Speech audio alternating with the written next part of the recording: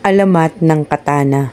Noong unang panahon, sa isang malayong bayan sa silangan, may dalawang magkapatid na sina Kat at Ana. Kilala sila sa kanilang husay sa pakikipaglaban at kanilang malasakit sa kapwa. Ngunit madalas silang nag-aaway kung sino ang higit na magaling. Isang araw, sinalakay ng mga tulisan ang kanilang bayan. Nais nilang ipagtanggol ang mga tao, ngunit ang kanilang mga espada ay mahina at madaling mabali. Dahil dito, nagpasya silang hanapin ang mahiwagang panday sa paanan ng bundok Fuji. Pagdating nila roon, sinabi ng panday, "Kung nais ninyong makagawa ng sandata, hindi kayang talunin. Kailangan magsanib ang inyong tapang at pagmamahalan bilang magkapatid." Kahit nahihirapan, pinagsama ni Kat at Ana ang kanilang lakas at talino. Sa loob ng 7 araw at 7 gabi, hinubog nila ang isang espada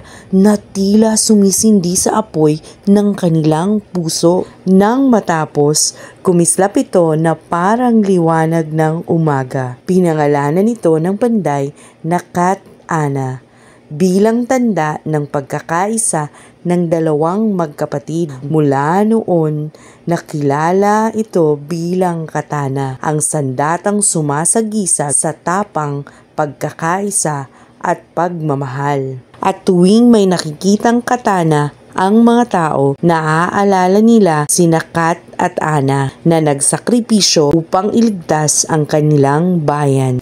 Ang pinagmulan ng alamat ng katana ay sa Japan, sapagkat ang katana ay isang tradisyonal na espada ng mga samurai na nagmula roon. Narito naman ang mensahe ng alamat. Ang tunay na lakas ay nagmumula hindi lamang sa tapang kundi sa pagkakaisa at pagmamahalan. Kapag nagsanib ang puso at kalooban ng magkapatid o magkasama, kayang makalikha ng bagay na hindi kayang talunin ng kahit anong pagsubok.